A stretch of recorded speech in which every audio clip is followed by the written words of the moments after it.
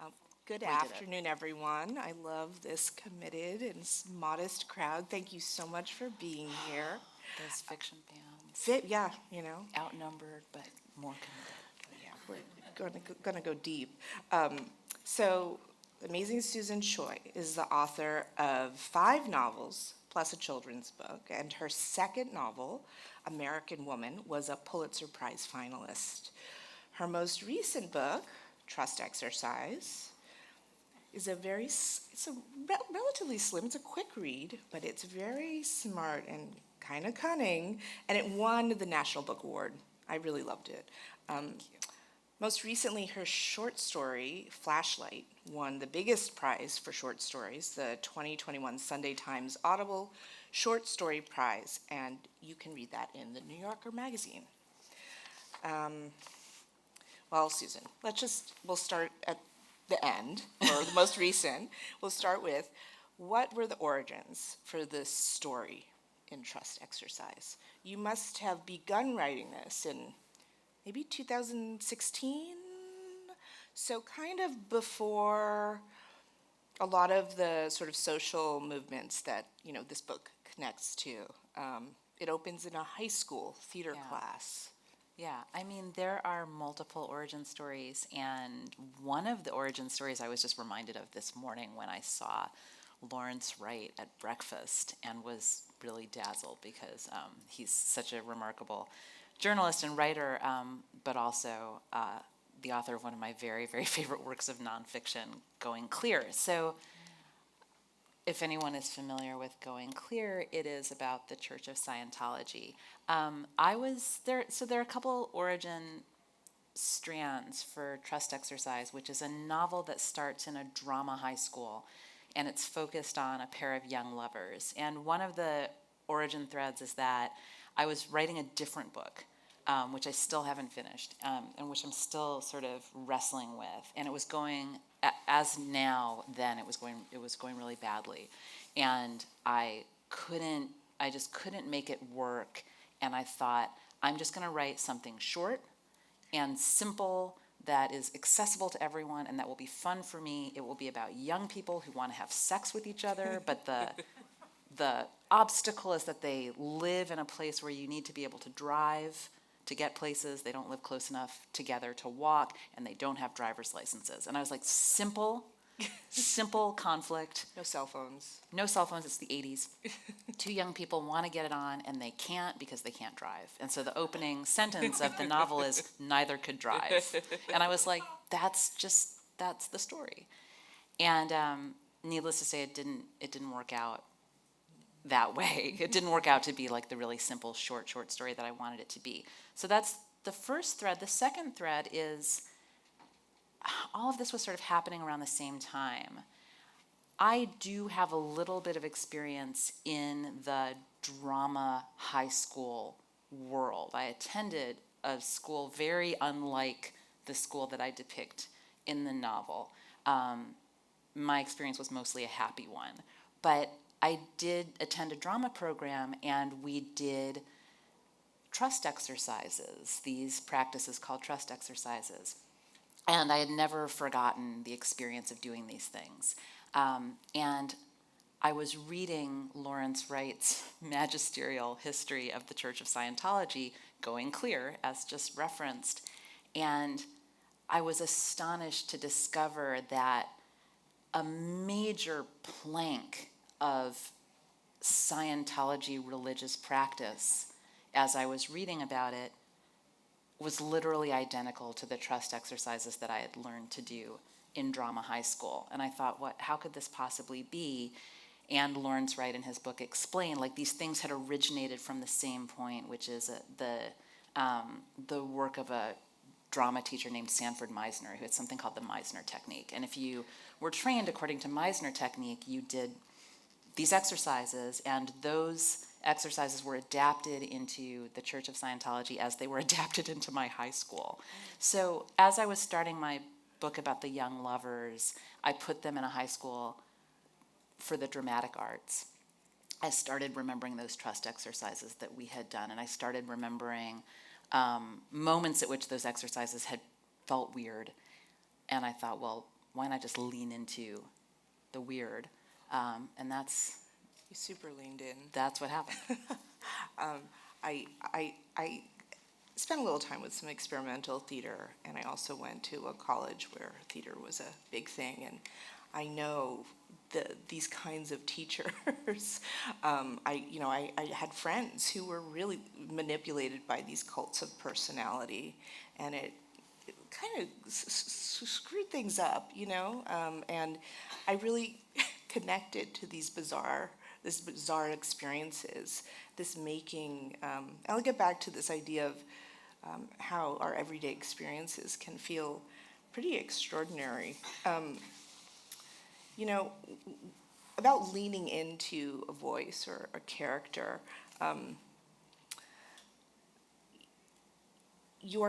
The clarity of your authorial voice is always in your early books that I read and this most recent one. The voice is so true and present. And what changed the most for me is it has to do with structure and playing around with this conventional linear narrative arc that we expect as readers. And this is something we kind of talked about a little bit earlier today. How we think about chapters and time. Here, Trust Exercise, you have these long chapters, these passages that immerse you in the very moment. It feels like a kind of, I'm in real time with everyone. And how do you, can you talk a little bit more about time? Because I feel like we weren't really able to get into that. And as it relates to structure, because it was really surprising to me as a reader. Like, I didn't get a chance. There are some moments here where I was like, when can I, fold the page down and just take a break? But I realized you were sort of moving me through in real time the feelings of this young person. Oh, that's good. Yeah. Well, I'm glad to hear I was there. That's interesting because earlier today in our other panel, we were talking about time, and I'm really interested in time. I'm sure we all are. We all experience it. We're experiencing it right now. We have a countdown clock that Mara and I are looking at that's making very palpable the passage of time. It is counting down 37 minutes and like 19 seconds, like as I'm looking at it. I think a lot about time. I think about time in different ways at different times of my life. And I'm always sort of interested in the way that time affects us and the way that we interact with time. And I'm always kind of trying to write about it. And, a person who's smarter than me about this kind of thing, once said, well, the novel it's about time, right? Because the novel, it's a thing that you read that requires like duration. And I thought, maybe that's why I'm so interested in them. I had never really thought of that. But, time is something that I'm always wrestling with. I'm always kind of resistant to it. I don't like time passing. I feel very, very spotlit by this like countdown clock next to us. And I think that one of the things that I've always been drawn to in writing is kind of the time travel possibilities of storytelling, of immersing myself in a story that I want to tell and trying to immerse the reader. And it's very selfish in a way. I think one of the things that happened while I was writing Trust Exercise, I had started out in a very distanced way toward my characters. I had actually been reading a lot of Dame Muriel Spark. I don't know if anyone is a fan of Muriel Spark, but and I love her, but I think of her as a very regal and kind of misanthropic writer. And that's what I love about her. She's always sort of like presenting you with these characters that are way down there, and then she's like, oh, here's some silly people. Let's see what they're up to. And she's always sort of like doing things with them, and then she's like, ha, they're all screwed up now, and then you see them have these disasters. And I love her books because they're very short and they're quite mean. And sometimes I'm like really in that mood. So originally I wanted my story of the young lovers who couldn't get together to have sex. I was feeling like Muriel Spark. I kind of wanted to exercise some agency over little helpless characters, but it's not really my style. And so that stance kind of fell apart, and I became so invested in my young people. And I just, instead of being up here kind of looking down on them like Dame Muriel Spark, or how I imagine her, I ended up down there with them, and when that happened, it was like that time travel thing where I started remembering so much about being that age, about being 15 years old, 16 years old. And I guess I became really immersed, you know? And so it just, you know, after I published the book, interviewers would say, like, how did you possibly write about the teenage experience? You know, as if teenagers are sort of like these very, like this very distant species. Like, did you embed with teenagers? Like, how did you, and I was like, I don't know, because my children my children, God help me, are now teenagers, but at the time they were little innocent children. But I just didn't have any difficulty because I had become one again. I just remembered everything So about being a teenager. I really connected to that. How can this writer take me to these complicated and confusing feelings I had as a young person, you know, thinking about sex and intimacy and being confused about what's happening. And you know, don't they say, like, after 18, we're kind of already formed as ourselves, and isn't that why, you know, we always kind of think we're that age, and suddenly I'm 45, and I'm so not going to clubs, and I don't have those same kinds of confusions and passions that cause you to make decisions, and that maybe aren't in your best interest, but which is what happens in this book. But I also you really take us there in a way, and I'm curious so did you mine your own experiences to get there? Because the clarity of the confusion of those feelings was really amazing. I really felt like I could, relate in some ways to the real true feelings that, as we're becoming adults. And so I really connected to that. It brought me back to sort of feel, and then reflecting on why I'm, very happy right now as the woman I've become.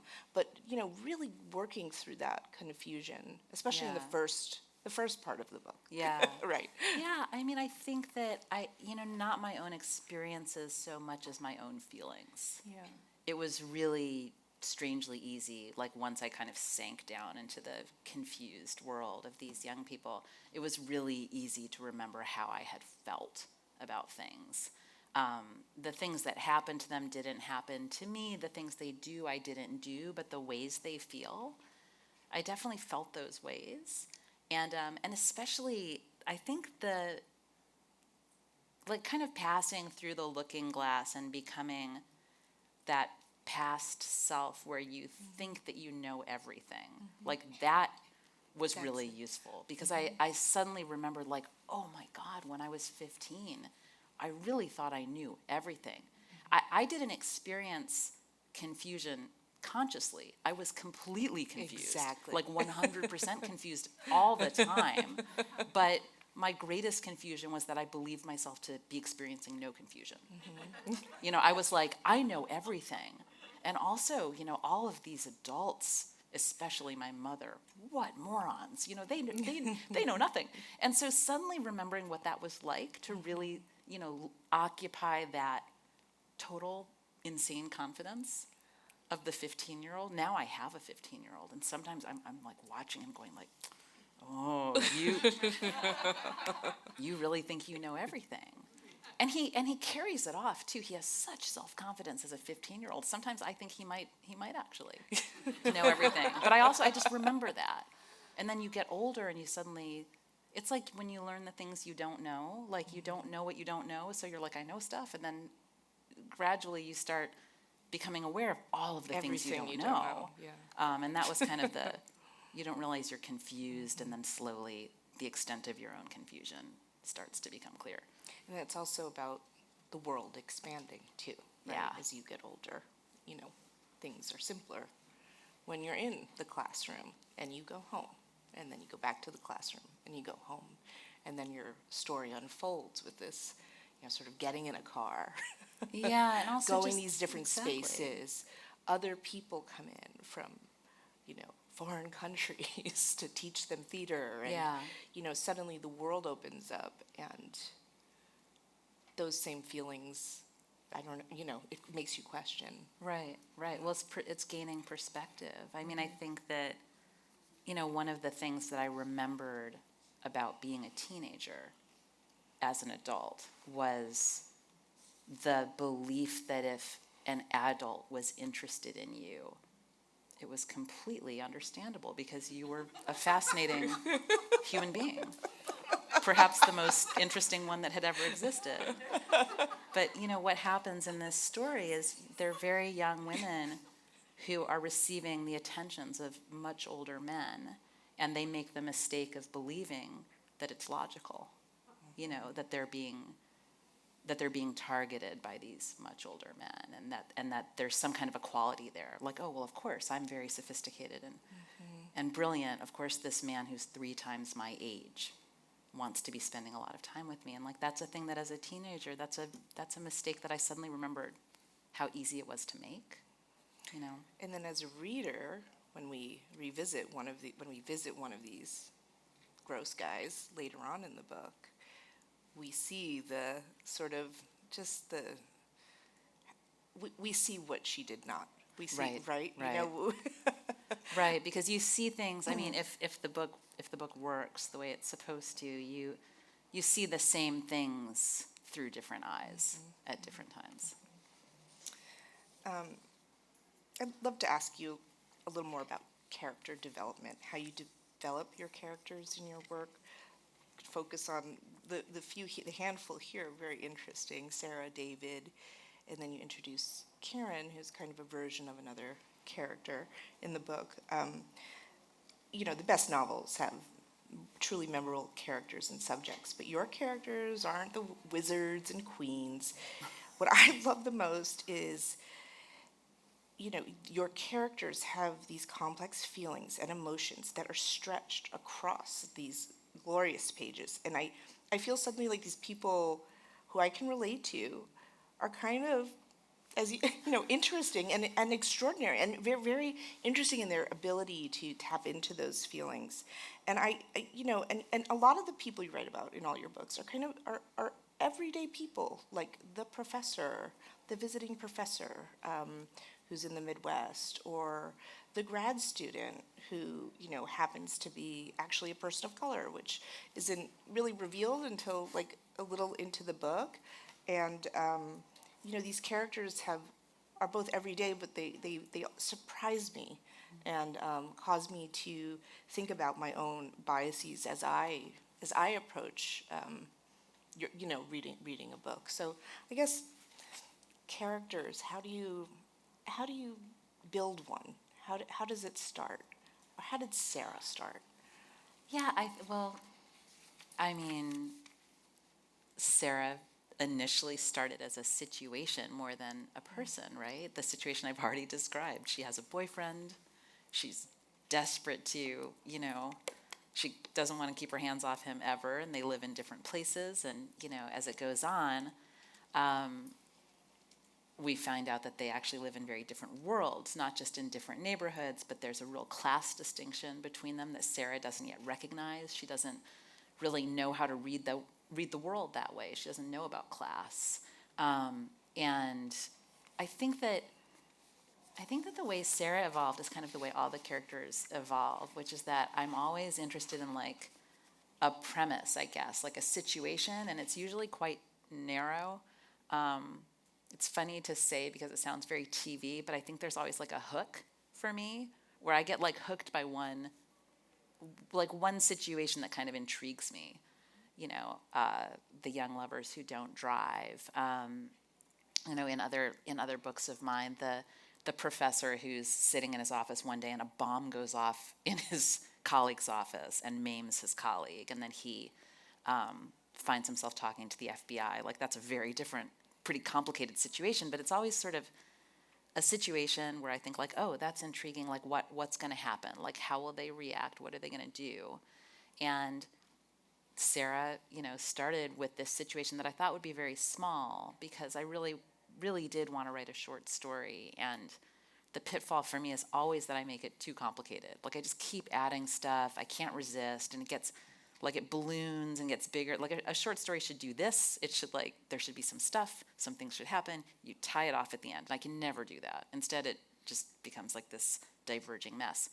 And so with Sarah and her young lover and not having a driver's license, then it was that she also lives with a single mom, and they don't really have any money, and the boy actually has a much more secure and lavish home life. And then also suddenly I'm adding in that they're in drama school, and they're really serious about being young actors, and they take themselves really seriously, and they're in school, they have a teacher. They have a drama teacher. And then I was like, they're a drama teacher. He's interesting. And by that time I was like, then like you're cooking with 3 characters, and then more people keep coming in. So I think it always starts from like that little kernel of like a situation. But then for me, situations always end up being more and more complicated, I guess. All situations are made up of additional situations. And then it's like, well, how is she going to react? And then in the book, structurally, we spent all this time in this world, and then you yank the rug out from under us, and we have a new protagonist, or slightly, kind of, Yeah. and I loved the surprise of it, but I was also, I was like, Susan, this is trust exercise is for me.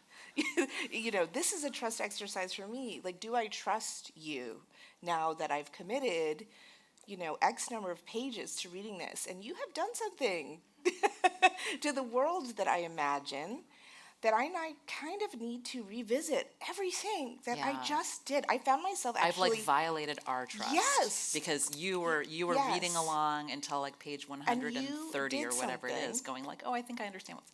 Yeah, and Yeah. so I wanted to talk to you about the title and your relationship to readers, and maybe, what has the response been that you've heard about this? Obviously you won a terrific award for this book, well deserved. But I also know I've talked to some friends who are like, I had trouble with that book. That was, I love Susan Choi, but this book, I don't know about this book, and so I had trouble with it too.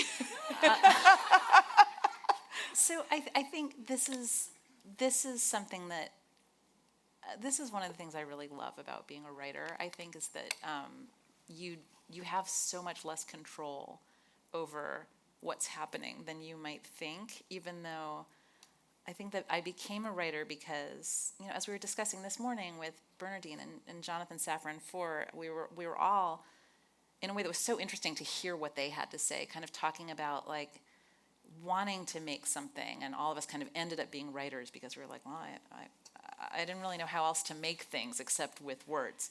I think when I started writing, I was under this impression that I could make things and have control over them. But then what turns out to be kind of even better than making things and having control is making things and not having control, which is really interesting. So with this whole book, as I've already mentioned, came out of a desire to write a short story as a break from a book I was writing. So I was writing a book, over here, like at this desk.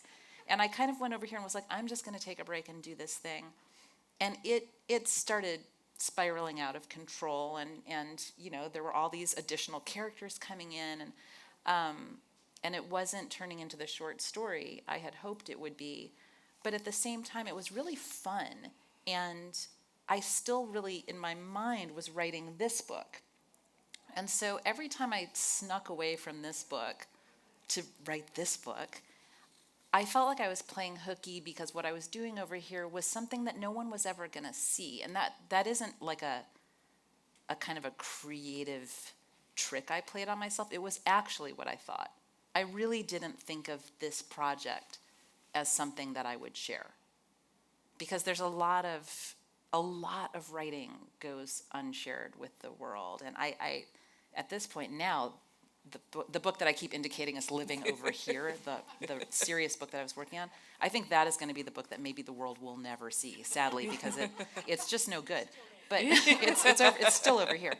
But I learned by this point that a lot of writing is in just like you kind of have to keep the wheels turning and filling pages with stuff, and then sometimes a decent idea comes along, and all of the pages that had to be filled to get to the decent idea, no one's ever going to see them, but it's okay. Like it's you write 9 pages for every 10th good page, or I think that's not right. It might be more like 30 for every 1 good page. I'm not sure, but a lot of stuff just is going to end up like in the unseen.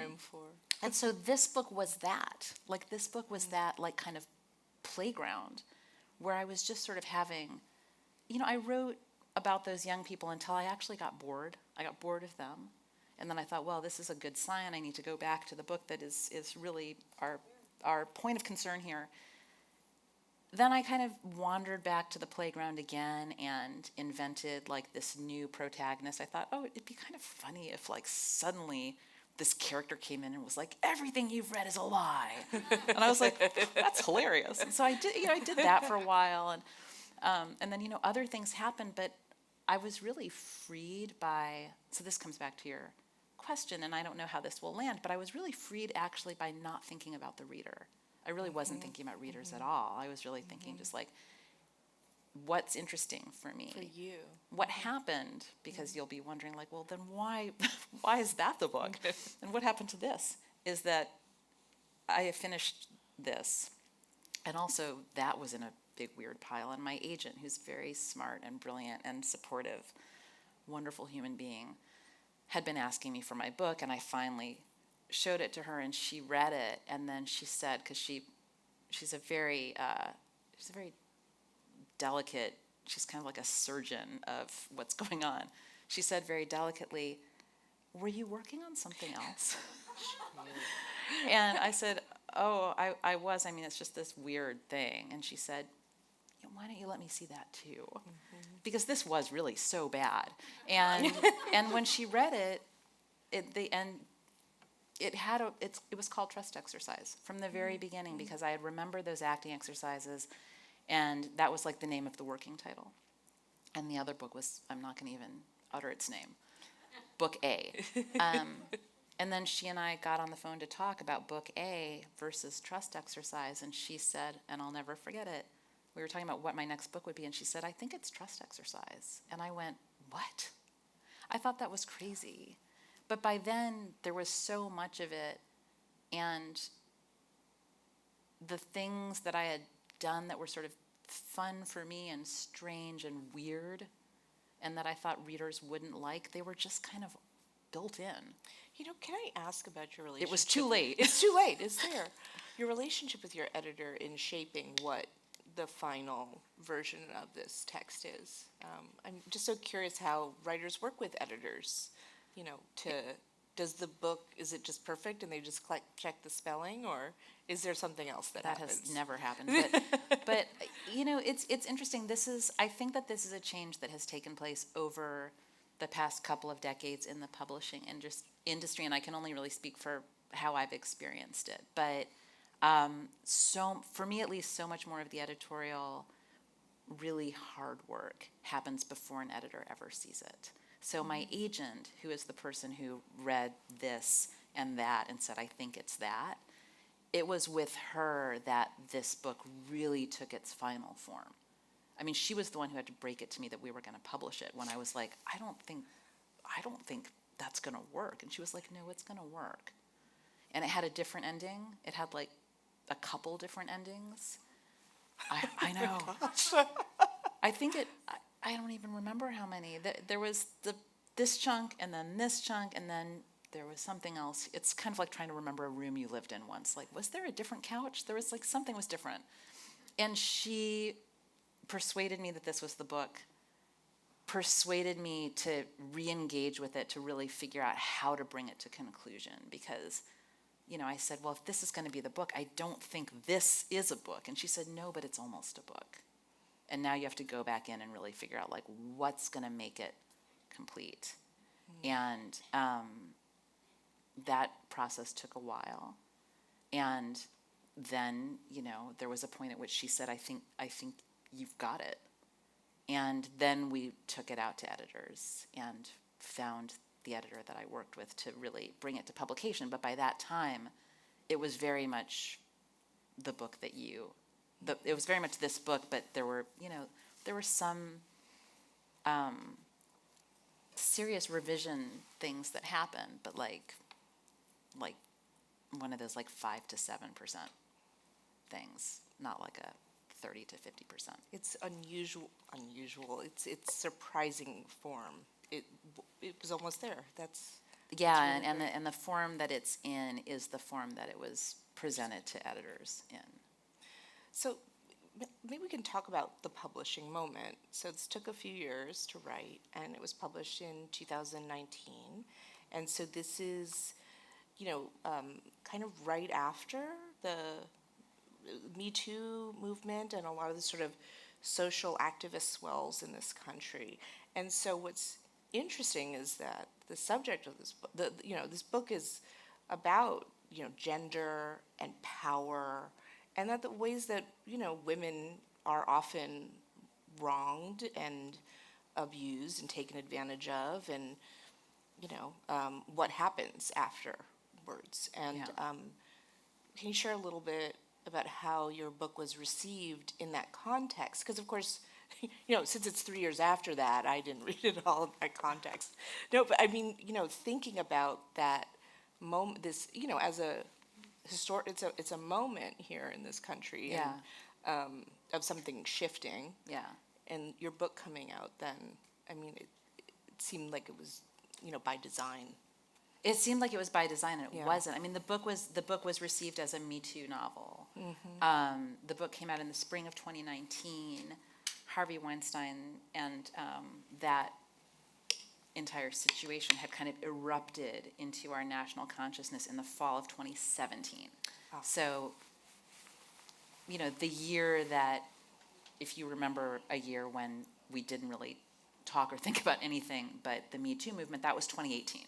That whole year was when we were going through that, and we're still going through it, of course, but it was really, it became a national conversation in an unprecedented way at the end of 2017 going into 2018, and then my book comes out.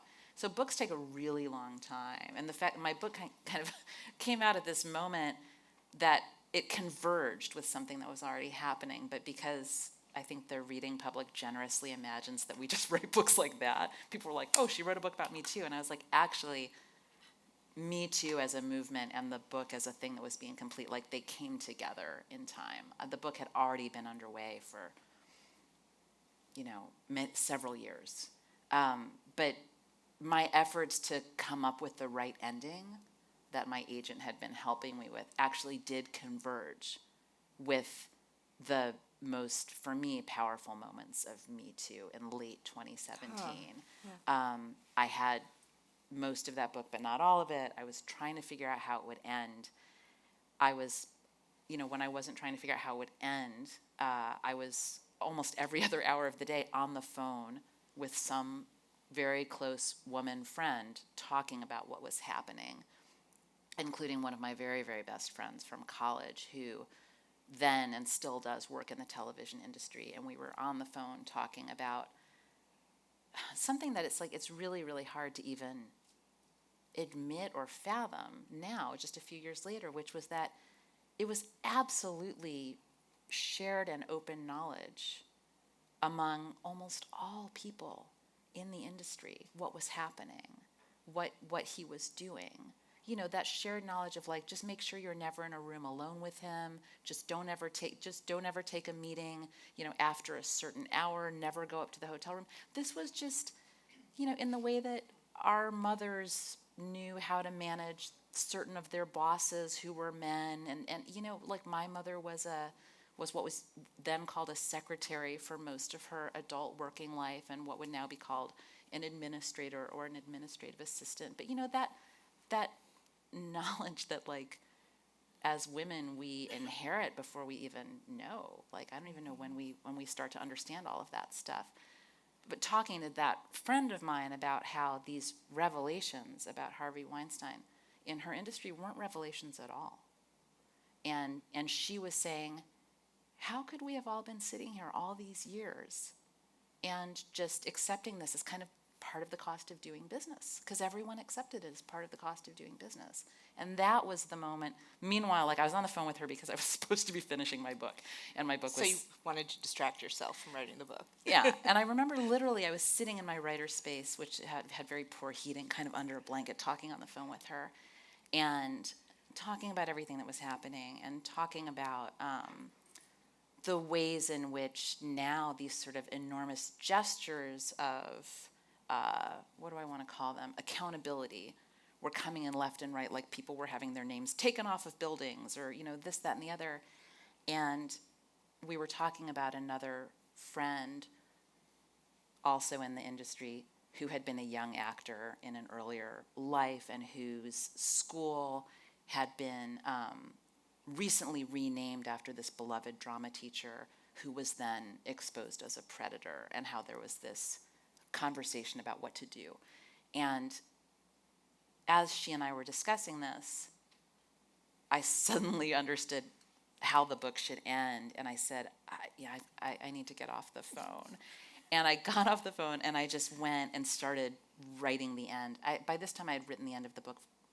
I think in the end, I wrote 3 or 4 endings, like whole endings, like sections that were like, you know, well, the book is in 3 parts. I hope this won't spoil it for those of you who haven't read. I don't think it should, but there were like at least 4 part 3s.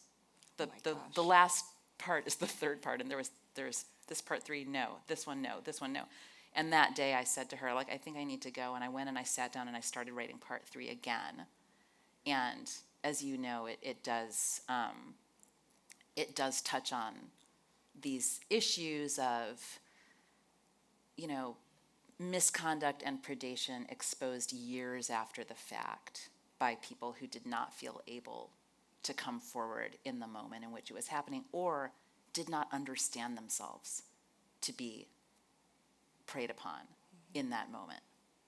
But later, with that gaining of perspective, understood what had happened to them differently. And that is where part 3 happens. And it all came out of that, literally that conversation where I'd been struggling with it for a while. So there are those magic moments where everything kind of goes ding.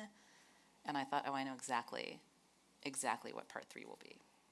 Yeah, it was really moving. I just, you know, we're accomplished women. There's so many accomplished women and men who just have these moments where it's exactly as you described. I can connect to this, and so many friends, and it's and I like that your book is a Me Too book, but it doesn't feel that way. It doesn't feel righteous or didactic. It feels really embedded, rooted by its characters. You know, I do really care about them as they move through your book.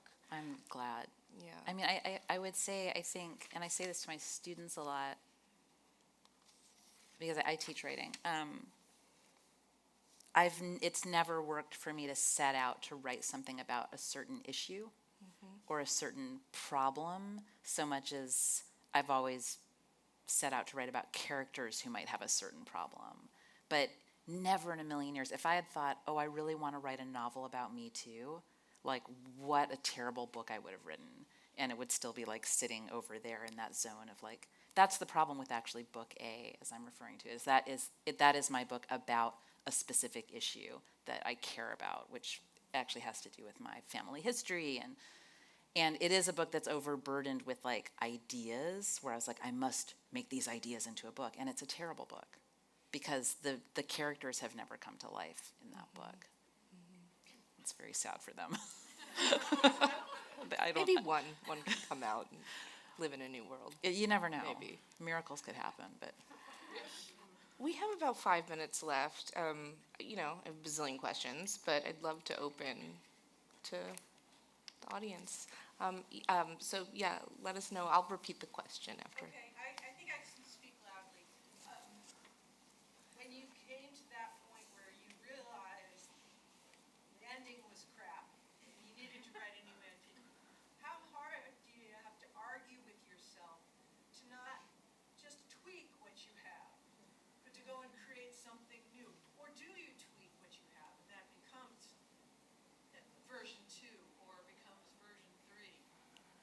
You know, it's gotten easier.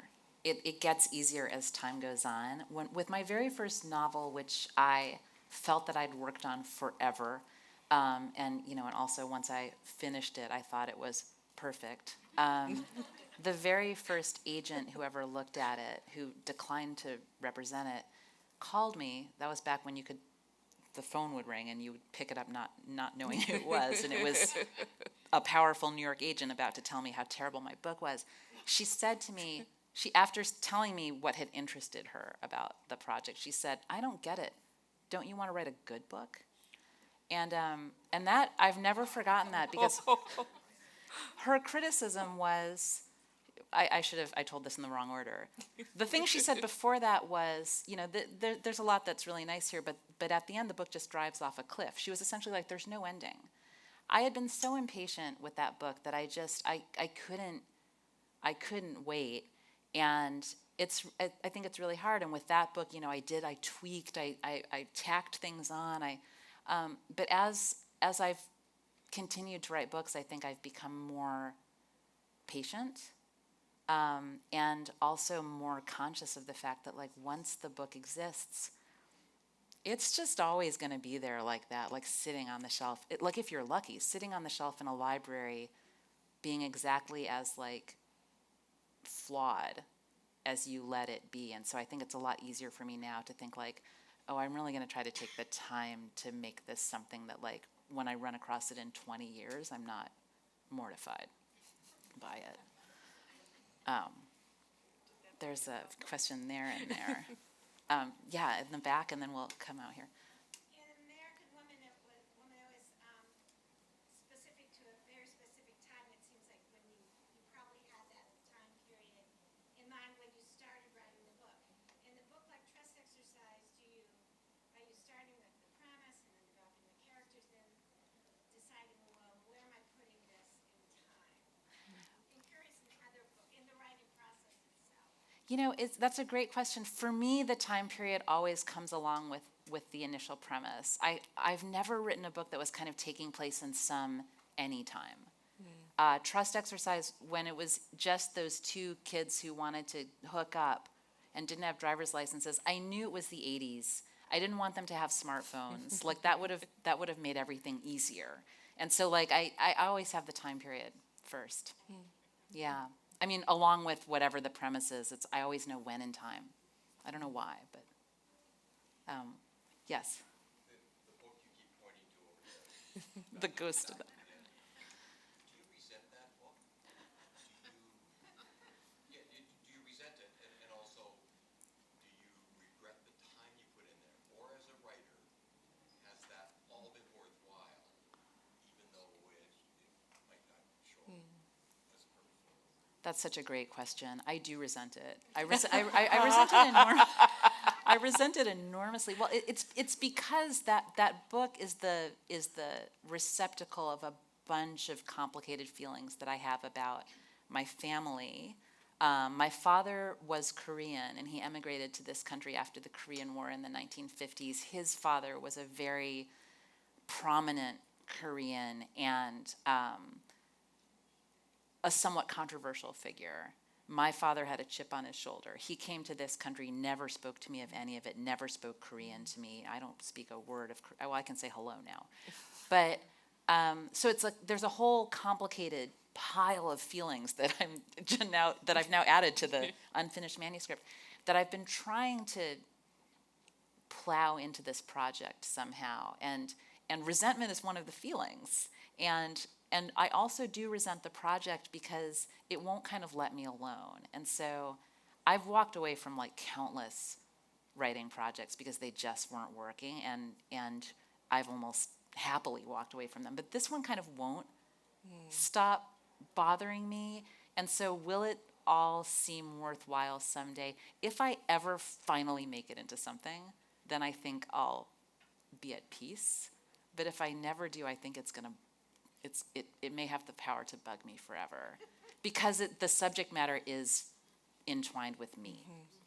So I think we have 9 seconds, Well, or maybe not 9 seconds. Should we? Very quickly, how does your teaching career inform your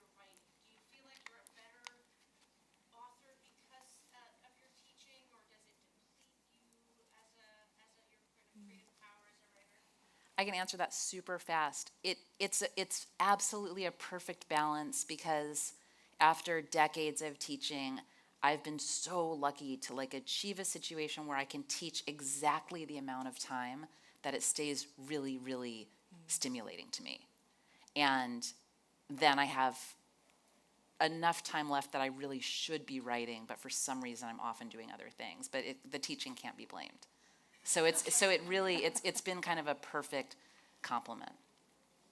Thank you, Susan Choi. Thank you.